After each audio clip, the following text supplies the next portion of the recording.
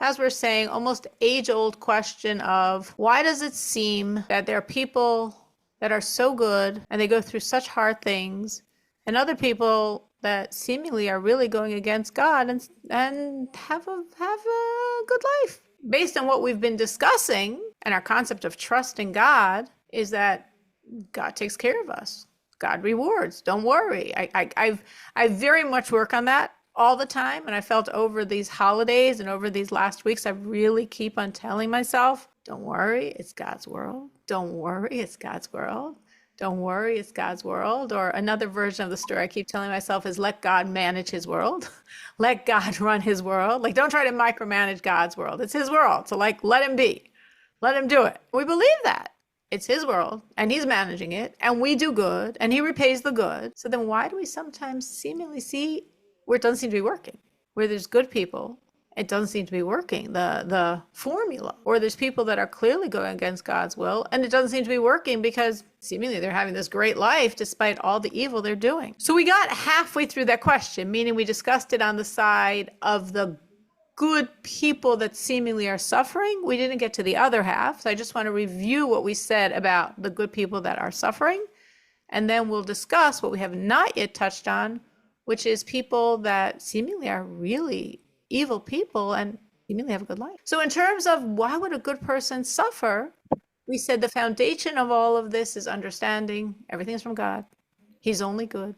The nature of one who is good is to do good. So if I do or if I don't have an answer, it is all God, it is all his love. But then, Oivos Halavavos, duties of the heart, gave some answers. He said perhaps a person is suffering for previous sins, maybe even previous lifetime sins. Perhaps a person is getting paid, so to speak, for his sins, so he won't have any suffering in the world to come. We said maybe this person is supposed to be an example to others. How you could be positive in serving God, positive in your life despite your suffering. We said that maybe other people around are wicked, so he's the contrasting example. And we said maybe he's good, but he needed to do more. He needed to inspire others. He needed to return others to God, and that he didn't do. Or maybe we said, and this Chovos Halavavos, this is the work we're studying, Duties of the Heart, did not say this, but I do think it is a very strong answer and very much resonates inside of me, that maybe this is his opportunity to grow. I know my most powerful growth comes from my deepest challenges. So maybe that's why God sometimes gives us challenges. Any thoughts on this? This is what we discussed last class that we discussed. This was about a month plus ago. Any thoughts? Anything has come up in your life that made you think about any of these ideas? Okay, so we will move on because we did discuss this at length last class. And what we're really up to now is the second half of the question. Because in terms of why would I have to suffer if I'm such a good person, we always can say, God loves me and this is for my best. God loves me and this is for my growth. God loves me and I will perhaps or perhaps not understand how this was truly, truly, truly part of his good plan for me. But what on the other side? Why would God be kind to people that are wicked? So, Chovos Halavavos, the work we're studying, Duties of the Heart, Gateway of Trust, gives 7 answers to this. Maybe think about the 7 as I'm saying it, and then we could discuss them. You could tell me what you did agree with, other ideas you might have. There are definitely other answers to this question besides the 7 he proposes. He says one answer, which is a pretty classical answer, many people suggest this idea, is that every Jew does some good. Right? We say that on Rosh Hashanah, right? Why do we eat the pomegranate? Because we're saying every Jew is like that pomegranate, right? Is as full of good deeds as the pomegranate is full of seeds. So even a sinner does some good. So whatever good this person did, God says, I'm paying you off now. So in the world to come, I owe you nothing. Because truly, you're so evil. You've done so much evil. I don't want to pay you off in the real world of payment, but I owe you. For whatever good you did, I owe you. So I'm paying you off now. That's the first answer he gives. And as I'm saying, that is the most classical answer. And that is definitely probably what many sources say. Another idea, he says, is maybe he's giving him these blessings, not for him, but for a righteous child he'll have who will inherit all this good he's giving him. Sometimes, as an interesting answer, what looks to you as blessings, he could be giving him for his misfortune, right? Like, let's take money. Well, we think the more money, the more blessings. Sometimes, and sometimes not. And sometimes it's a source of pain and suffering, aggravation, stress. So maybe what we're viewing as a blessing, God says, no, I'm giving this to him as his payment. And it's not a blessing. Sometimes it's coming from God's patience. God says, I'm giving you good. I trust you. I trust you're going to return to me and you'll be worthy of the good I'm prepaying you now. Sometimes it's for the piety of his father, of his ancestors. Your ancestors served me. And in their merit, I'm giving you things that you truly don't deserve, but they deserve that you should have. And sometimes it's to create a challenge for the rest of us, that we should literally see, this is a wicked person. He is prospering. Why? I'm challenged in my faith. I overcome the challenge. That's why we're having him prosper. So we will overcome that challenge. So these were the 6 some answers that Chovos Halavavos, duties of the heart, gives in terms of why would a person who's wicked have a good life? Why would God give him a good life? Any answer resonate, or is any other answer you've heard, you've learned, or you thought up on your own that works better for you? Anyone? It appears that either way, if we are suffering in this life, then that God should reward us in the afterlife, or if we have a good life, then we gonna have a punishment in the next life. So either way, we lose in this life. That's what it looks like to be. I hear what you're saying, and that's because I'm answering a question on the good who's suffering, the bad who's prospering. Really, these are the exceptions to the rule, meaning a good person who's suffering is an exception, and a bad person who's prospering is an exception. So the rule, if we're following the norm, is sort of like the English language, which maybe you all can appreciate, because for everyone here besides me, it's probably your second language. The English language does have rules, but there's so many exceptions. So the rule is that God repays as your behaviors. God repays good with good. I sincerely hope that every single person here has seen that of God. He repays good with good. I can definitely say and vouch for it in my own personal experience, that God repays good with good.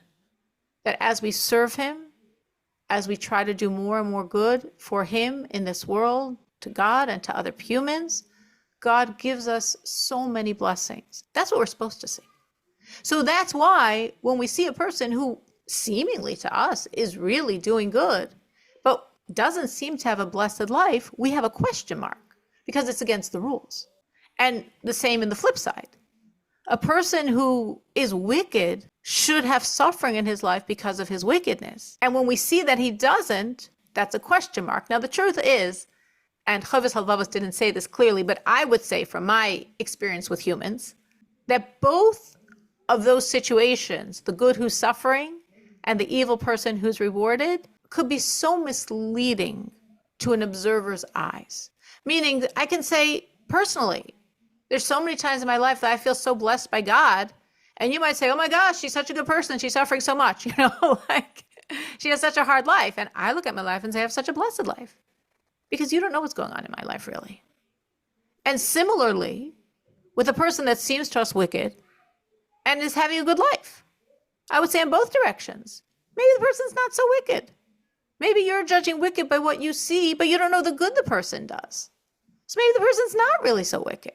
Like most of us, some good, some bad. Or maybe what you're looking at this person having such a beautiful, awesome, amazing life, that's not real either. So many people I know that the rest of the world thinks has a great life, they go through a lot of suffering. They're going through a lot. So I think in general, now that's not Chovos Halavavos' answer. That's not the answer we're studying. But I definitely have seen this and feel this very strongly. You don't know the good person who you think is suffering is really suffering or not. You don't know the wicked person who you think is being rewarded is rewarded or not. And you don't even know if that person is judged wicked by God. Because God sees the heart. And God appreciates our efforts. And maybe this person knows so little and does so little and maybe does a lot of things wrong. But maybe the good they do is so valued to God. And that's what's causing the good in their life. So I think there's so many variables at work that God could still be following his rules, repaying good with good and bad with bad. And it could be to our eyes, oh, why is a good person suffering? Why is a bad person rewarded? And actually, no, God says, I'm perfectly following the rules. You just don't know the whole story. I mean, a very simple example, not in terms of God, but just like to flesh out what I'm trying to say. I don't know if this has happened to anyone here, but it probably has. That you see a couple that you always viewed as having that, oh, such a perfect marriage, and then suddenly you hear they're getting divorced. Yeah, ever happened to anyone here? Positive it did. And you're like, what? I always thought they had like that model marriage I wished I had, but they're getting divorced. What's going on? What does it mean? It means we don't know what's going on in someone else's life. We don't know. So we also don't know, is this good person being rewarded or punished? Is this wicked person wicked or not? Is this wicked person being rewarded or punished? I think that whole unknown also could mean that God is completely following the rules. No exceptions here. But we just don't really process what's going on in someone else's life. Sometimes we barely process what's going on in our own life. Anyone else? Any other thoughts on this, on these answers that were proposed? Do you have a different answer, or any of these answers work for you? I have a question always when we discuss these topics. How does this explain Holocaust?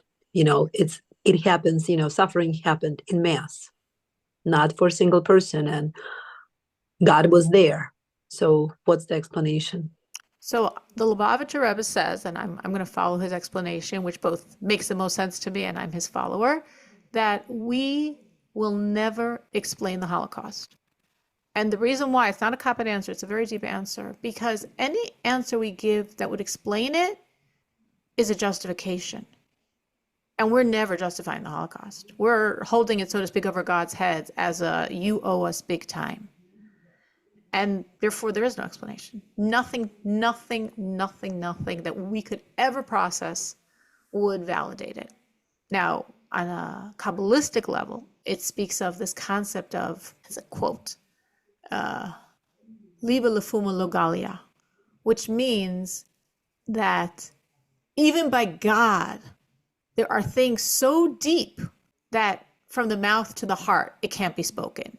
Meaning, so to speak, not only we as human beings with human minds could never explain the Holocaust isn't something God would ever explain to us. It's beyond anything we could ever understand. We don't want to say, well, we know it's all good because we don't want to give God that out.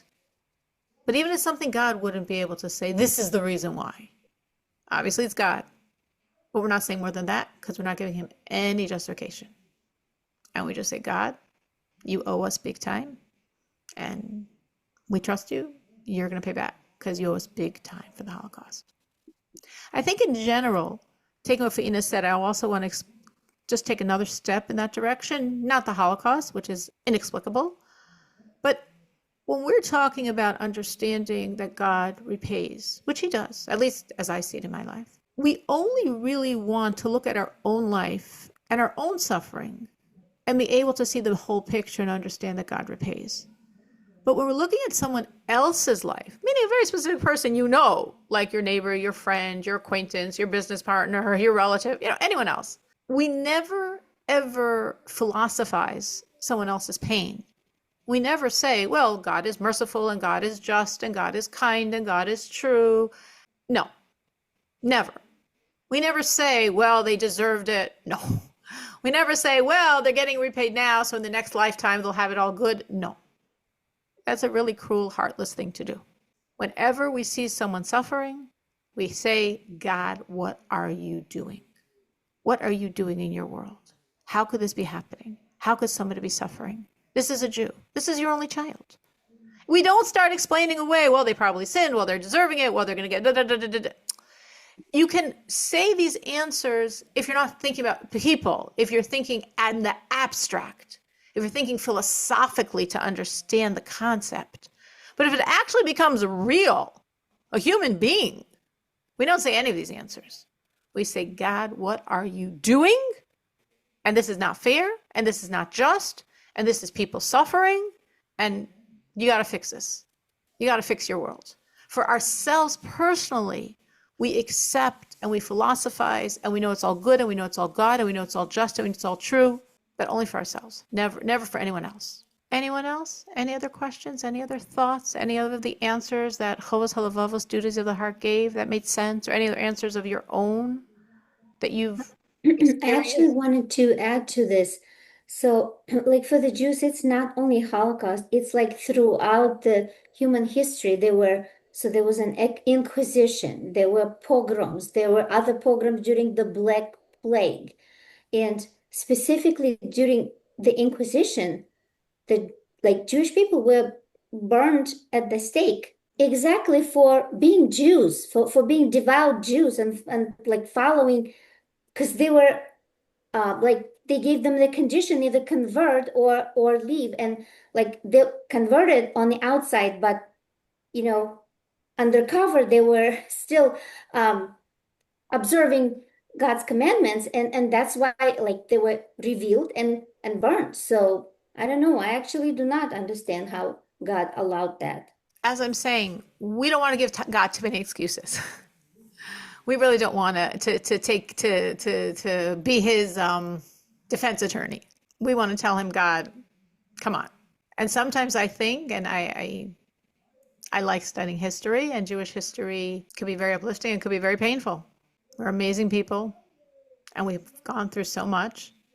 And sometimes looking how much we've gone through is actually a testimony to our relationship with God. Because the fact that we are around makes no sense, let alone 15 million plus of us are around makes no sense. No sense. And the more you study history, the more you know nothing so clearly expresses that we are godly people than studying Jewish history and seeing us today. Impossible. You know, the Greeks, the Romans, the Egyptians, but we're around. So that's just sort of a take. The more you understand Jewish history, the more you can actually see the God investment in our existence. The second Lubavitcher Rebbe actually said something very profound in terms of understanding the Inquisitions and the pogroms and the blood libels. He said that every person who ever served idolatry in the time when that was the big temptation, the sages actually prayed that that temptation be removed from us in the time between the first and second temple, because the Jews weren't passing that test. A test is meant to be passed, not failed. But all the people until that point in history, meaning for the about 900 some years before then, any Jew that ever served idols, chose idols instead of God, had to come back to this world and had to die for God, rejecting whatever was the idol of that time. And that was the cleansing of that soul. So this is the second Lubavitcher Rebbe. And he says that was like probably the beginning of the 1800s, where he's saying that every Jew who ever lived that way had to come back and has given his life for God to ultimately cleanse his soul. Now, of course, that doesn't answer any Jew since his time, because obviously things have happened. And of course, as Faina said, the Holocaust as the most obvious, humongous example. But that's how he explained everything until his time. And sometimes I know just myself, I look and I think, this is just my personal feelings. God, you're lucky because we're crazy. Maybe it's a mutual relationship. With everything we've gone through, we still stick with you. And all the ways we've abandoned you and ignored you and deviated from you, and you still stick with us. And I think sort of on both ends, there's that sense of like, this is a long haul relationship. And we've both seemingly done things that the other doesn't really like.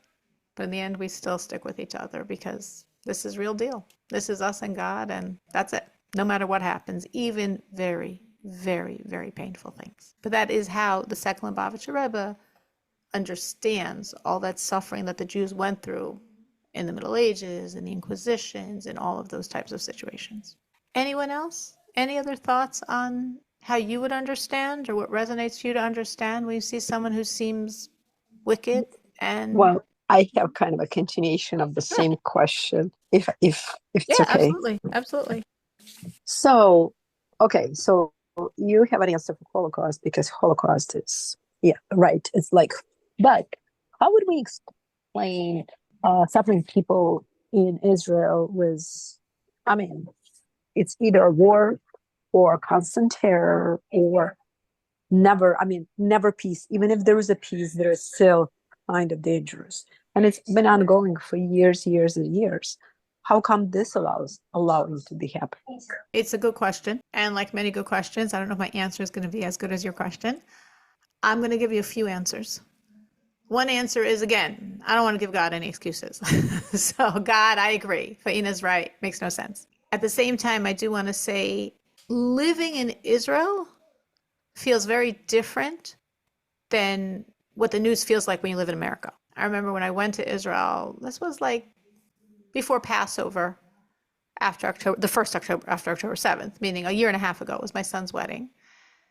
And I was there with that first enormous attack of Iran on Israel with hundreds of missiles. I was in Jerusalem that night. I hear the sirens going off. I'm like, I think there's an attack, but everyone was sleeping besides me. I was up doing work or something, and I didn't know what to do. I'm like, is this real? I was staying by my cousin's house, and she called after the siren went off a second time, like, come down. This is came down to her safe room. And the next morning, I went out on the streets of Jerusalem, and the city was hopping.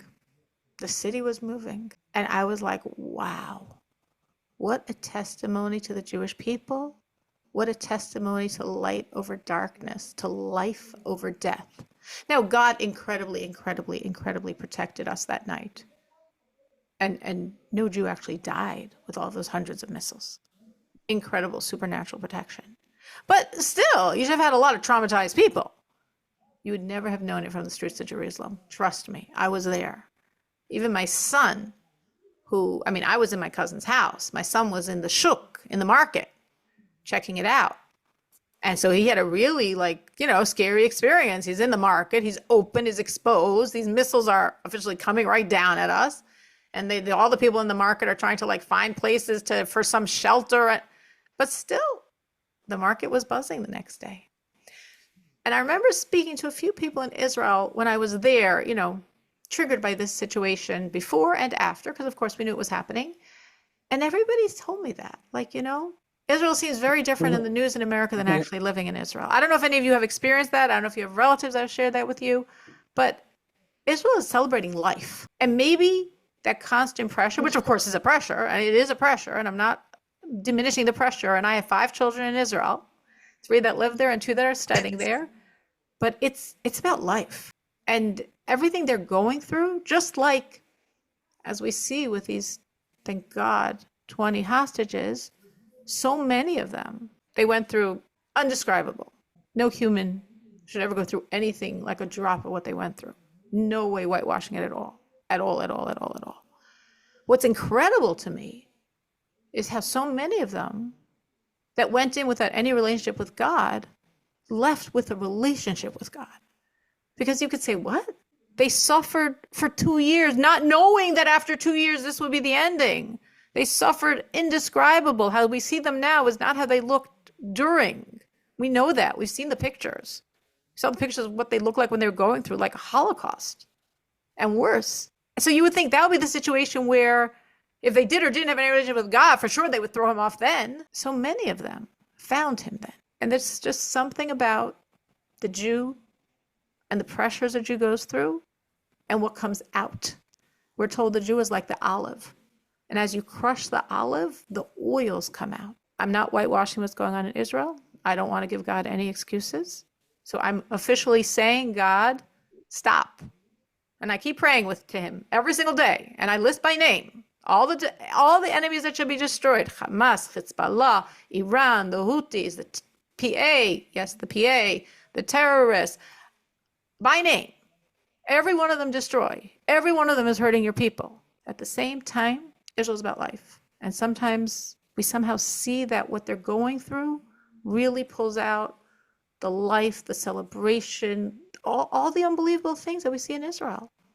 I think they were just ranked in the top 10 of the strong countries of the world. Like, what? And their economy and their technology, and what? How could that be with a country going through everything they're going through? I don't know. It's just like somehow that olive and that oil. I don't know if that answer at all helps, But these are my feelings on that very, very, very real question. Well, I mean, what you said, I agree with. It's just a testament to the strengths and Jewish soul and how people handling it. And I mean, and I have relatives there. I talk to them. They just, it's a part of their life. But it doesn't answer the question why God gives such a life to Israel. And some things we can't answer. And that's what we're told by Isaiah, that when Mashiach comes, we're told by Isaiah that when Mashiach comes, every Jew is going to say a certain line. I don't know if we're going to say it in Hebrew or English or Russian or any other language, but in the original Hebrew, the line is Oidecha Hashem ki anaftabi, which means thank you, God, for all the times I felt like I was experiencing your anger. And the sages say, we will all say that, not because it's scripted, not because we're being told, okay, 1, 2, 3. No, every one of us will spontaneously feel that because we'll understand, because we'll have that perfect 20/20 hindsight vision that we can't have now because there's too many cloaks and layers even over our personal past. We'll have that perfect vision of everything we've experienced and we'll understand why. And we'll truly be able to say, thank you, God. Thank you, God, for every time I thought you were abandoning me, for I thought you were being harsh, for I thought it was a blow. Because with real eyesight, with no cloaks and veils, I'm going to get how every single thing was actually your loving kindness. So again, we talk out of both sides of our mouth because both sides are true. I don't want to give God any excuses for what's happening in Israel. I really don't. I really want him to change the situation and remove all this evil and let Israel not have these stresses. At the same time, I do know that God knows what he's doing. And I do know that every Jew, including all the Jews in Israel, will really, really, really say that line. You know, my son who lives, as I said, I have 3 children living in Israel and 2 learning in Israel. And my son that lives in Sfat in the north, he works there in the rabbinical college, but he also has, there's a kibbutz, a moshav, some small settlement, like an hour, maybe a little less, away from Tzfat that he goes and sort of spiritually mentors. So unfortunately, this was like shortly before Yom Kippur. Maybe some of you just saw, and it was just another such post. There was a ramming attack at one of these crossroads, and a terrorist ran into a soldier and killed him. And that soldier was the son of one of the people on my son's moshav or kibbutz. And so my son called me like, what do I say? What do I say to his father? You know, how can I give comfort in such a situation? Of course, how can anyone give comfort? You know, his son was just murdered. And I said, the only thing I know that you could say, what I know is true, is he should know that his son is a kadosh. He should know his son died a martyr's death. And he should know his son, who wasn't officially living for God, died for God. And every Jew that dies for God, which includes every Israeli soldier, every soldier defending Israel, any Jew that's ever died for being Jewish, if they wanted it or not, if they lived it or not, every single Jew that dies that way is called a kadosh. A kadosh means a holy one. And every such Jew goes straight to the world to come with all what's he going to get in the world to come. He didn't live a life for God at all, but he died for God. And that dying for God creates such merit that he will ascend to the highest levels because of the merit of truly giving up his life for God. And my son went, and my son spoke with the father, and he said, thank God. The father took a lot of comfort from that.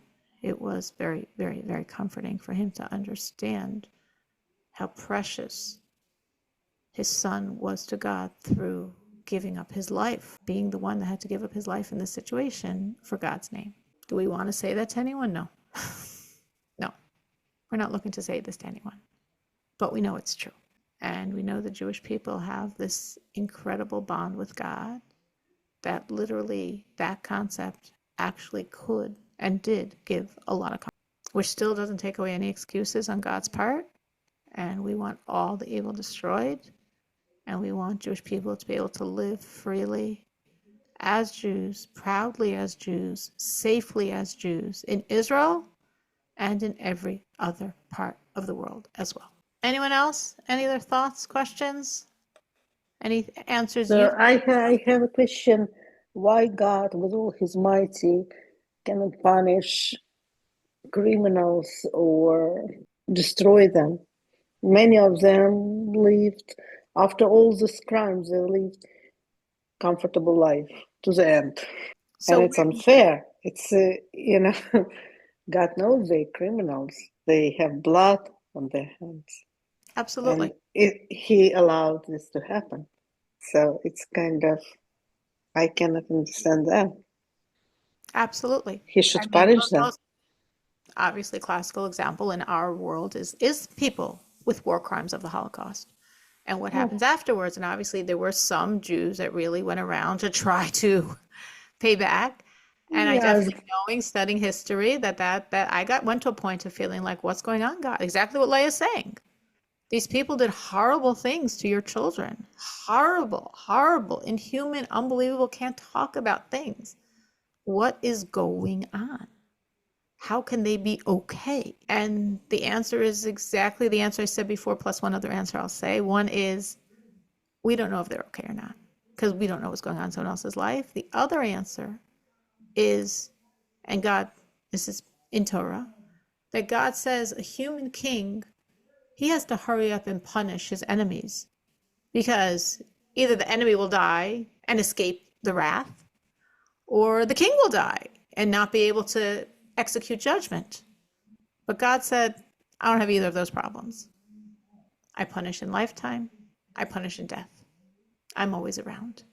And it speaks in the Talmud of very, very evil people.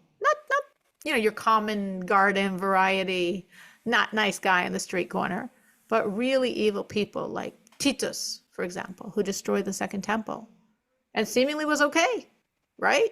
He went on to become a Caesar. God says, not okay. I'm going to send a little insect into his ear. And that insect will make him crazy till the end of his life, beating away in his eardrum. I'm punishing him. The world doesn't know. And then after his death, the Talmud recounts the suffering he is undergoing for all he did. On the converse side of it, not exactly the converse side, but just to show God's total investment in every single one of those horrific animals. There was a man whose father was an SS officer. And this is, obviously after the war, and he actually became a convert, a righteous convert. Like many Germans who after the war, the younger generation who were so appalled by the sins of their fathers, and this one actually went the whole way and became a true convert. And he and his wife had a very hard time having children, and eventually they had 3 children, 3 boys. And he had very, very little. So he could have nothing to do with his father, and his father was the SS. He was a convert. So they didn't talk. They had no relationship. But once he had this conversation with his father, and he said to his father, "Was there any time ever in all the years of the war that you actually did something good for a Jew?" And his father thought. And his father said, actually, once there was. And they were coming into a certain city. I forget the city. His father told him. And he was in charge of, his father was like an officer. So he had people under him. And as they were coming into the city, he saw 3 little Jewish boys. He knew they were Jews. And his instinct, of course, was to kill them. That's what they do for Jews. Children and adults, the young and the old. And he said something. He just said he didn't want to kill 3 more kids. And he didn't kill those 3 children. And that was it. It was the only time in all the war that he could think of they ever actually did something not horrific to a Jew. And his son said, oh, that makes sense. Because I have 3 children. And I wondered, how would any soul come to me? Coming from a father like mine, how would any soul ever agree to be my child? And it's probably the souls of those 3 boys. So God doesn't forget the calculation. Not in our lifetime, not in our death, not if it was 50 years ago or 70 years ago, for good and for bad. Every single calculation is always, always remembered. That's what we're saying to God on Rosh Hashanah. You remember everything. We forget. We forget of all our good. We might forget our not such good. You always remember. So when we're looking at someone like Leah saying, who did horrible things and seemingly leads a life of peace and prosperity, comfort, in contrast to what they did to so many people, never. We don't see it. It's happening, just like Titus going crazy with that flea in his ear. The rest of the world thinks he's a Caesar. He's going crazy. And when his life is over, the punishment doesn't stop. Again, this isn't for, a regular, not the best guy in the street, but for someone who deserves it, for someone who did what some of these animals have done to our brothers and sisters. God pays back everyone. Like sometimes you feel like it's not fair just if they get killed. Like that's not enough punishment for what they did. God says, trust me. I know. And every one of those people are going to get exactly the punishment they deserve. Just as when Mashiach comes, right? For the general world, including the 8 billion some non-Jews, it'll be an amazing life. It'll be a life of godliness. It'll be a life of goodness. It'll be a life of everything the world ever wanted, right, proper, correct. For every human being, except the evil ones. Because when Mashiach comes, those evil ones, they're not getting anything of the good. They're right away getting the suffering and the punishment and removal from this world because they don't deserve to have any of the benefits. But for the rest of humanity, those that knew God and served him and those that didn't, it will be a world of good. I was thinking this a lot over Sukkot, actually, because on Sukkot, every day of the holiday, every day of any holiday, we describe the sacrifices that were offered in the temple. And we're told that as we read in our prayers the sacrifices, it's as if we are offering those sacrifices. So specifically, the holiday of Sukkot had sacrifices for the non-Jews. And there were, over the course of that week of Sukkot, there were 70 bulls offered for the non-Jews. And we're told like 2 different types of things about those 70 bulls. On one hand, we see the numbers diminishing. Every day it's a different number, 13, then 12, then 11, then 10. Every day it's 1 less. Because these sacrifices really cause the diminishment and weakness of the non-Jews. On the other hand, we're told that if the non-Jews knew how much our sacrifices were helping them, they would surround the temple with legions and legions of troops to protect the temple for the benefit they get from those bulls of Sukkot. And every day I tried, as I said that prayer, it's the Musaf prayer, where we enumerate the offerings offered that day, each day, and knowing that as I was praying that prayer, I was offering those offerings, I said to God basically every day the same thing. I know this is working. And these bullocks, these bulls that are being offered, they have a 2-fold purpose. For the haters, all those haters that now we know are in the world that maybe 2.5 years ago, 2+ years ago, we didn't know about, but now we do. For the haters, these sacrifices should be very effective. Should weaken them and weaken them and weaken them till they're nothing. Maybe that's how Hamas crumbled in the way it did. On the other hand, for the supporters, and there are many of those in the world as well, these sacrifices should also be effective. And they should strengthen them and protect them and refine them and give them more and more and more strength to be what they're supposed to be, the mouthpiece to help us. Right? We've got both in the world. We've got the haters, we've got the supporters. And may all these sacrifices destroy and weaken and take away any energy that those haters have.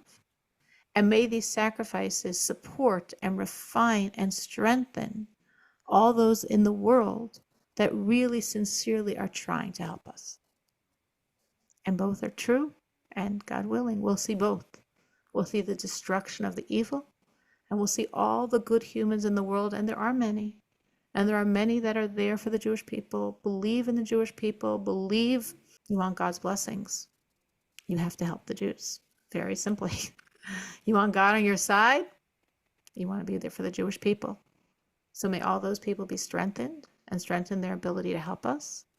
And may all those horrible, evil, subhuman haters, may all of the offerings we offer be effective and totally crumble any strength they have, that they should be completely, completely obliterated, completely destroyed. And that is exactly what will happen by the complete revelation of Mashiach. All those haters will be destroyed. And all those fans, supporters, helpers, believers will be uplifted. God always repays everything good and everything bad. Always, always. All right, we will stop at this point. Thank you so much for joining. And we should take the energy from the holidays, from the thoughts we raised, very real, authentic thoughts people were sharing tonight, and move forward and be able to truly see, yes, God is in our life, and we see his beautiful, beneficent hand giving so much more back even than anything we ever give to him.